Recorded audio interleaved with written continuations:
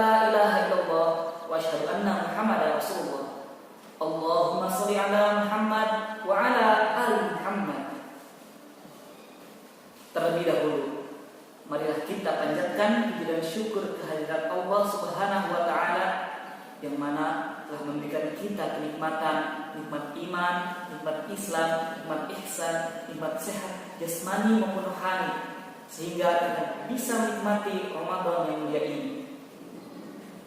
Tak lupa salawat serta salam semoga tetap tercurah limpahkan pada Nabi agung kita Nabi Muhammad sallallahu alaihi wasallam, pada keluarganya, kepada sahabatnya, kepada tabi'in dan tabi'atnya, semoga sampai kepada kita semua selaku umatnya yang insya Allah di yaumil akhir mendapatkan syafaat darinya. Amin ya Allah ya Rabbal alamin. Anda semua yang dirahmati Allah, bagaimana kabarnya? Alhamdulillah sehat, semangat ya. Harus terus semangat walaupun sedang berpuasa. Oke, Anda semua, di sini Bapak akan menyampaikan materi tentang kisah Nabi Muhammad SAW juga nuzulul Quran. Pasti udah gak asing lagi kan? Siapa sih Nabi Muhammad SAW tersebut? Nabi Muhammad adalah utusan Allah yang terakhir yang diutus ke dunia ini. Rasulullah SAW lahir pada tanggal 12 Rabiul Awal tahun Gajah. Pasti Anda semua bertanya-tanya, kenapa sih disebut tahun gajah? Ayo, siapa yang bertanya-tanya? Ada kan yang bertanya, apa sih? Kenapa disebut tahun gajah? Karena pada waktu itu sebelum Nabi Muhammad SAW lahir, ada tentara bergajah yang dipimpin oleh Abraha akan menghancurkan Ka'bah. Namun dengan izin Allah, tentara bergajah tersebut bisa dikalahkan. Dikalahkannya yaitu dengan mengirimkannya burung ababil yang membawa batu dari neraka yang panasnya itu subhanallah panas sekali. Lalu dilemparkanlah batu itu kepada pasukan tentara bergajah tersebut. Ketika tentara bergajah tersebut binasa. Dan tidak lama kemudian Rasulullah SAW terlahir dari rahim seorang ibunda yang mulia, yaitu ibunda Aminah. Ya, jadi nama ibunda Nabi Muhammad adalah Aminah. Lalu setelah Nabi Muhammad lahir, Nabi Muhammad disusui dan diasuh oleh Halimatus Sa'diyah karena sesuai dengan apa yang ada pada adat bangsa Arab pada waktu itu. 6 tahun kemudian Rasulullah SAW dijemput oleh ibunya untuk berniat berziarah ke makam ayahnya. Lalu Nabi Muhammad bersama ibunya berziarah ke makam ayahnya. Namun ketika perjalanan pulang, ibunda Aminah jatuh sakit. Tak lama kemudian ibunda Aminah meninggal dunia. Jadi ketika genap umur 6 tahun, Nabi Muhammad telah yatim piatu. Setelah pergian ibundanya, Rasulullah diasuh oleh kakeknya Abdul Muthalib. Ya, jadi nama kakek Nabi Muhammad adalah Abdul Muthalib hingga berusia 8 tahun. Karena ketika berusia 8 tahun, akhirnya kakek Nabi Muhammad SAW juga wafat. Lalu setelah itu Nabi Muhammad diasuh oleh pamannya.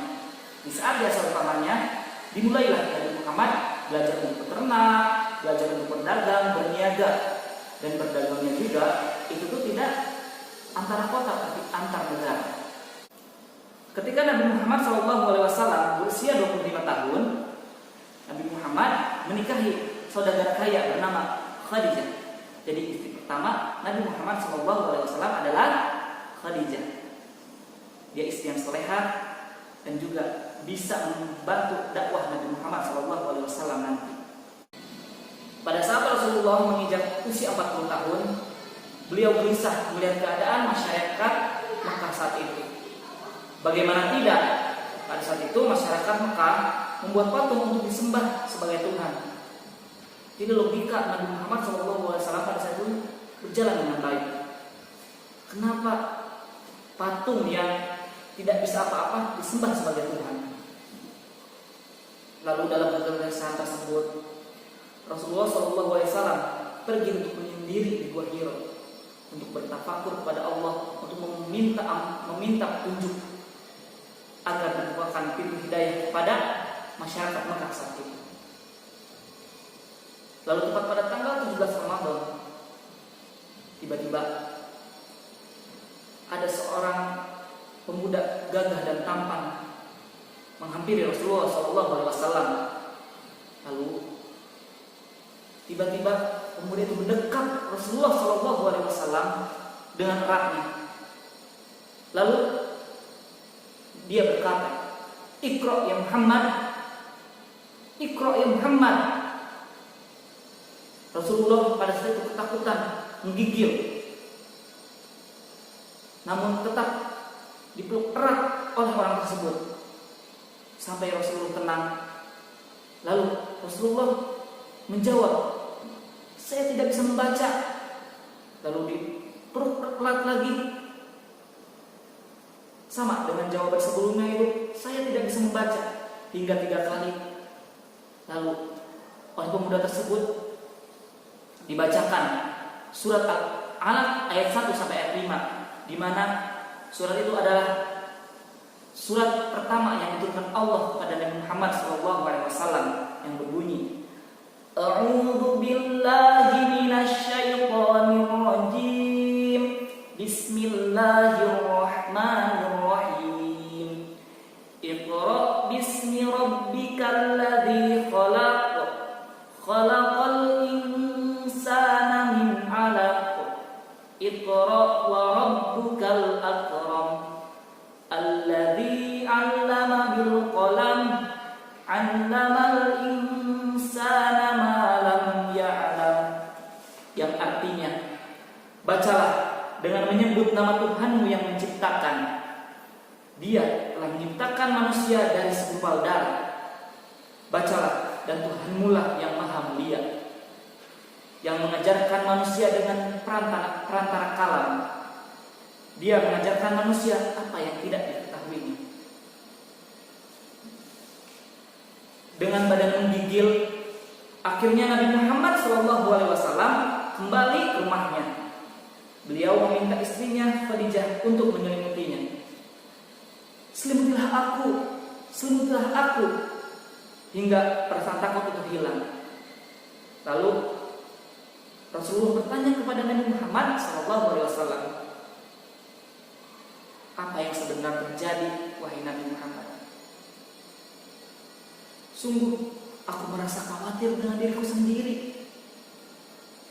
Akhirnya beliau menuturkan kejadian apa yang dialami di Gua Hira tersebut. Lalu dengan lemah lembut, Siti Khadijah berkata, "Tidak, bergembiralah engkau wahai Muhammad." Setelah itu Rasulullah SAW dibawa oleh Khadijah kepada pamannya Naufal bin Waraqah. Beliau adalah seorang penganut agama Nasrani pada masa jahiliyah, di mana Naufal bin Waraqah telah menulis Injil dalam bahasa Arab. Lalu Khadijah bertanya kepada Nabi Muhammad SAW di hadapan Naufal bin Waraqah, "Wahai anak pamanku, apa yang kamu lihat?" Nabi Muhammad kembali menceritakan apa yang terjadi di Gua Hira tersebut. Dengan gembira, Naufal bin Waraqah berkata, "Ini adalah namus. Ini adalah namus yang pernah dituturkan, yang pernah diturunkan kepada Nabi Musa. Namus adalah malaikat Jibril. Sungguh mulia engkau Muhammad. Jika umurku masih panjang, niscaya aku akan membela agamamu wahai Muhammad." Itulah peristiwa turunnya wahyu pertama yang dialami oleh Nabi Muhammad SAW. Ayat pertama yang diturunkan Allah kepada Nabi Muhammad adalah surat Al-Alaq ayat 1 sampai ayat 5. Di mana awal ayat yaitu Iqra, bacalah. Kenapa Allah mengajarkan kita untuk membaca? Karena dengan membaca kita akan membuka gudang ilmu pengetahuan. Ketika kita mempunyai buku yang banyak, ketika membaca Al-Quran, tapi kita tidak bisa membaca, maka kita tidak akan tahu apa isi dari Al-Quran tersebut. Maka dari itu anak-anak semua, anda semua, mulai dari hari ini, mulai saat ini, kalian harus semangat membaca, baik membaca Latin atau membaca Al-Quran. Insya Allah, mudah-mudahan kalian dimudahkan oleh Allah untuk bisa membaca Al-Quran dan menghafalkannya. Mungkin itu saja yang bisa Bapak sampaikan. Kurang lebihnya mohon maaf. Tetap semangat, belajar, dan belajar. Membaca, dan membaca.